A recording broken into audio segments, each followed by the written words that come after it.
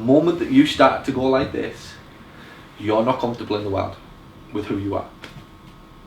Don't take offence to that and don't quit. Right? Do not take offence to it and don't quit. It's the truth. Right? And I don't give a shit if you did quit. And I mean that respectfully. No, I mean that respectfully, right? I'll never ever hold back from saying these things because it's the stuff that needs to start being said.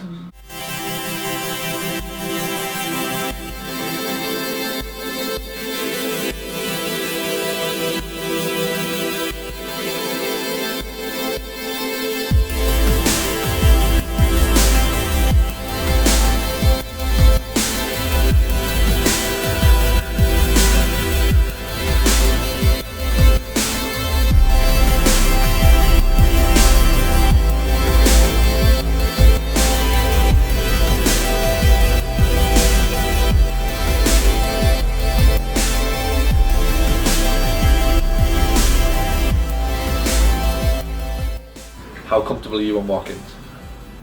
I've had a fairly few at Gisborne and I thought they've been okay. Tell the truth. No, I'm joking. Your job as a politician, you. Answer the question. Quit if you're uncomfortable with it.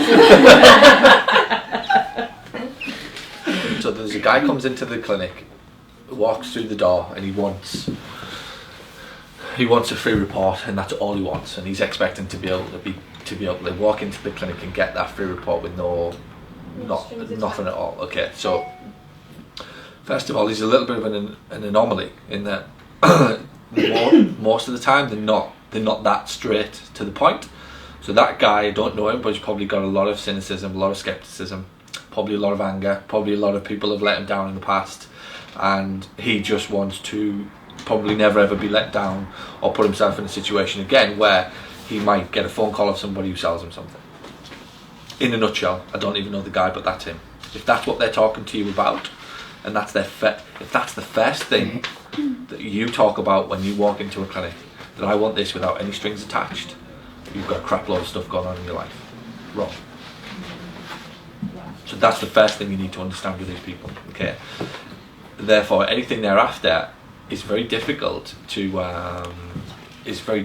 move on. Like it really is difficult to take that guy to an appointment or to wherever he probably really needs to be, because he's got so much pent up frustration, negativity, skepticism, fear. He's pissed off with everything and anybody. Like you just are, if that's the first thing, and he's just trying to protect himself. So can we still win with that type of guy? Yeah, but it comes from you being very clear on who that person is. So again, what I've said in the past is they don't just come in with back pain, they don't just come in with knee pain or neck pain, they come in with all of these psychological, emotional, life history stuff that's gone on in the past, people that have gone before us who've let them down. And it's quite sad that somebody does walk into a clinic so skeptical, but that's who they are, that's what they do. So we can't fight that, we just have to help them and work around it.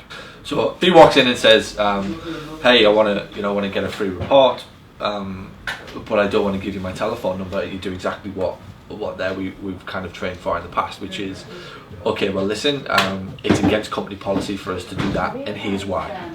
And you do it with a smile, you do it with fun, you do it with energy, you stand up.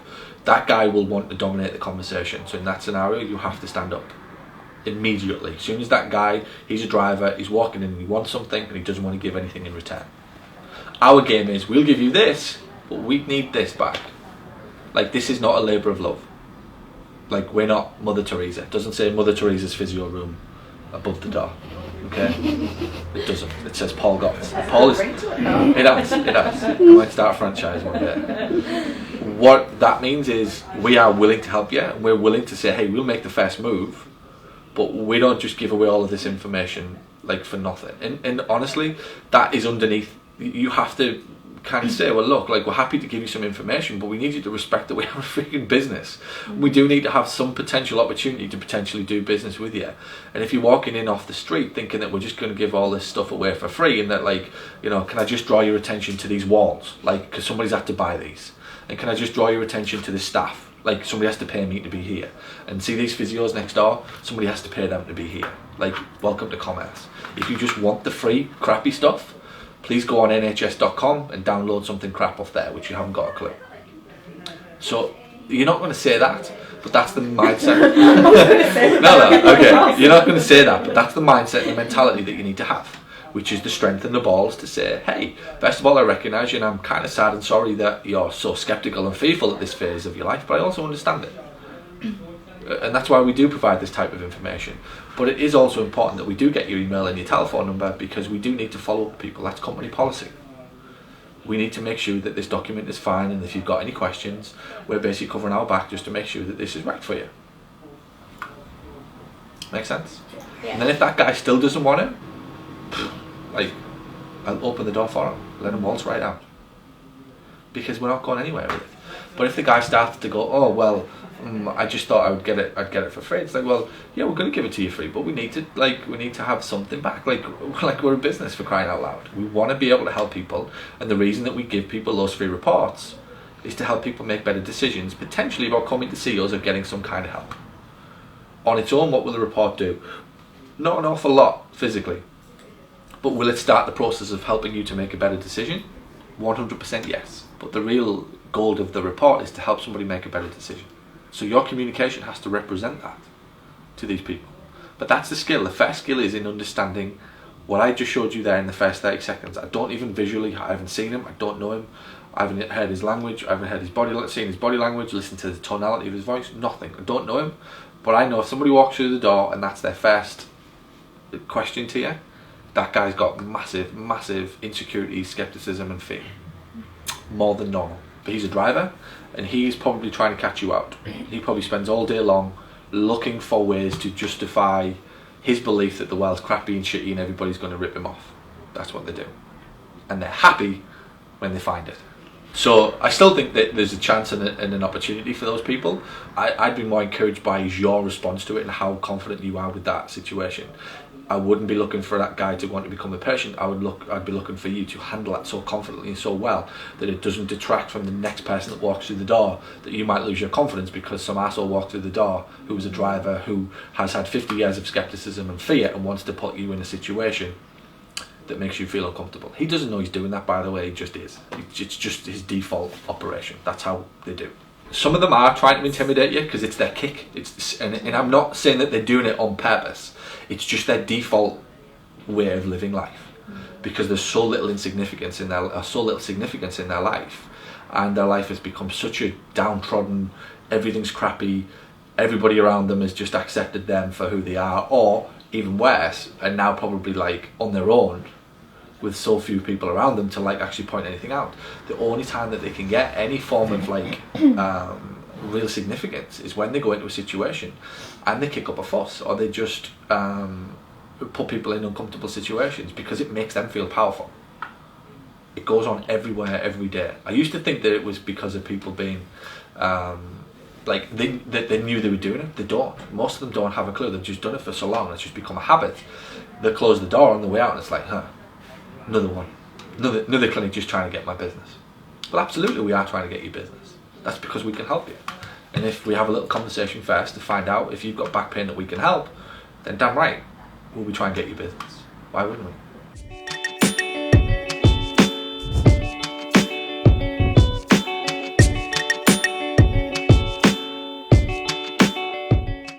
Nobody, and like, I'm not going to go into it, I'll reverse this. If that was my son or daughter, I haven't done enough to help them to express themselves, to be confident in themselves, to be open to the world, to not be fearful in the world.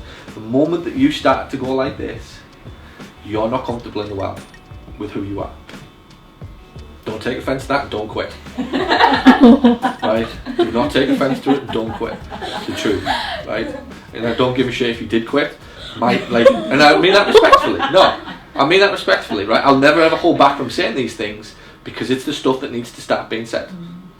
And I will never play the game that the rest of the world is playing and avoid all of the bullshit, when I know this type of stuff is only designed to help you be more confident. If you're more confident, you'll make better decisions, you'll be a better person, you will live life better, you will impact people better, and you will do so many more things. At the risk of being called an arsehole and losing a member of staff, give it to me all day long. But that, to me, is my job as a parent, to point those things out. And that's all that's gone on over the years. Nobody's ever looked at that, and it's not bad, by the way. That's just a fearful, nervous, like, habit. But it's the truth. It's what's going on. It's what your brain is saying. If I can just make myself so small here, in this scenario, nobody will. I'll be overlooked, and if I can be overlooked, I'm not going to make a bad decision. Unfortunately, most people spend 75 years being overlooked.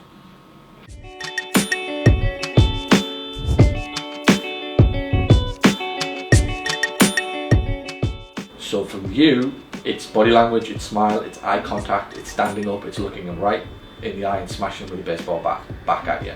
It is, it really is. The most important thing in any of these situations is if they try to catch you out, right, which some of them do, is intent. What is your intent? So what is our intent by giving away free reports? He comes in and he might think it's a little bit skeptical and he's a little bit, oh, what are you trying to do with these free information? What's the reason, the fundamental reason that we give away free information? To help them make a better decision for Correct. their health. That's it, okay? So we never back down from that. We never shy away from that. They might not like the fact that we need to take their telephone number or their email, but the reality is what we're trying to do underneath it is help them make a better decision. How many hundreds, if not thousands of people has this place helped as a result of helping somebody make a better decision? Lots. A lot, a shed load, okay? So, which is why you never, if they ever do put you into that uncomfortable situation, you have my 190% like permission, never ever to back down on it. We can talk through the tactic of it, but ultimately it'll all come down to your deep understanding of why we're giving away that information, which is to help people make better decisions. We are a business.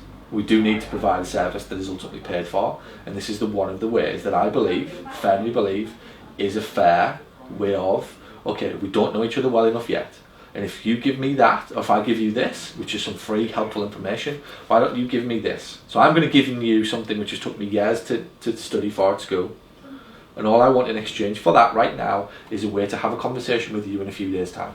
If you don't want to play those rules, go somewhere else. That's it. There's nothing else to do. You do it with love and compassion and with empathy, but you do it with that 100% belief that what you're doing is right, because it is in our world. It might not be right in his world, but if it isn't, he's in the Nokia store, he's in the iPhone, the Nokia store, and we're selling iPhones. It's the same as walking into an iPhone store and asking, do you sell the latest Nokia 500? No, we don't. Could you tell me where the Nokia store is? Yeah, it's down the road. Bye. Nobody really wants the free report. That's what you've always got to understand. It's their only way of walking into the store and starting a communication or a relationship. But for most of them who walk in, it's like, what's the price? And I was just walking past and I was wondering, like, can I have some information and what's the price? Give or take, 9 out of 10 are going to be like that. Do you think that's the only thing that they want to know? Or do you think that that's just the only thing that they know how to ask? Yeah, just to come in. The fire starter, that's all they know how to do. The guy meets gal in the bar. Do you come here often? I've said it before. Do you think that's the only thing he wants to know? So a guy meets a girl in a bar for the first time. Do you think that all he wants to know is, do you come here often? They don't know what else to say. That's how 99.9% of the world operate on a daily basis. You're seeing it with staff here who can't handle it. Don't think for 1 second that's anything to do with us. That's them and their conditioning and their inability to recognise that now that's what we have to do in the world. Seriously, I'm being 100% serious with you. Like, the more that I see what's going on in the world from a bigger picture of working with businesses, working with staff, just generally travelling in and out of other businesses and speaking to them, there is a clear divide between the transaction businesses and the transaction employees and the connecting and the engaging employees and the customers. Customers will never ever step up to a engaging and connecting conversation because they can't, they don't know how to do it. Why?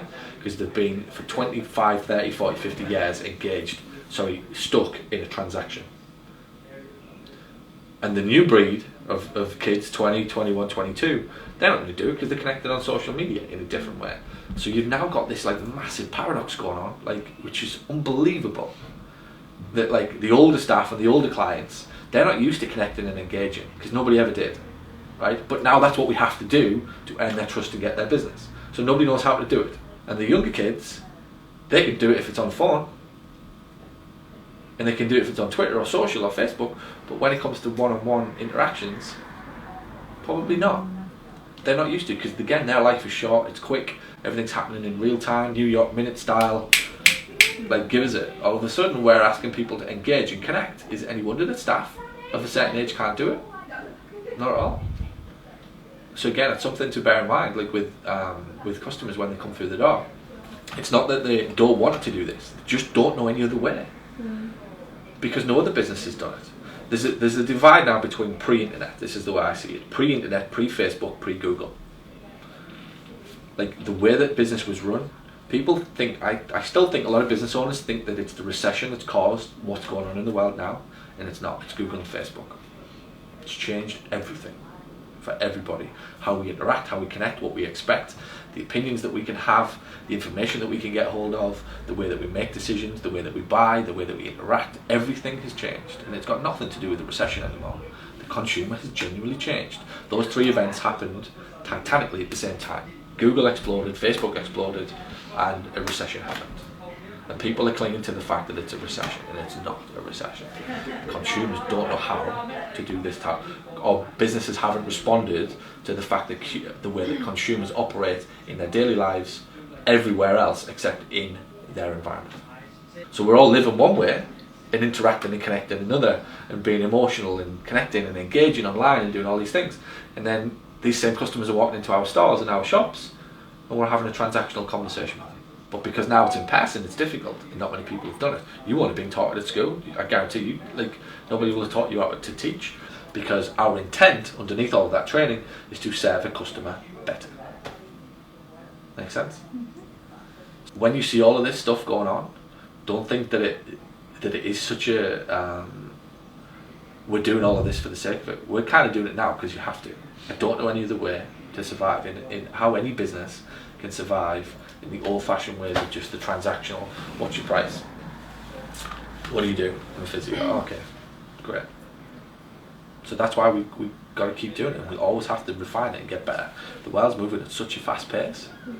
It's unreal. It's changing weekly. Like everything and everybody is moving towards different ways of buying, different ways of communicating. And the companies that don't keep up are the ones that go bust. So that's what, again, going back to everything that you're doing, has to underlying of all of that. You can role play the tactical do this, but your underlying belief and reason for it has to be able to understand that it's all because a consumer now has completely changed. A consumer who has who interacts and lives one way with their friends and their family and online. The 50-year-olds, the 60-year-olds, it's here and it's going nowhere. Like 5 years ago, you might have thought, social and Facebook and all that isn't going to take on. Right now, our customers are living that life. The 55-year-olds are living that life. Connecting and engaging one way, living life completely different when they arrive in here. So it's our game to step up.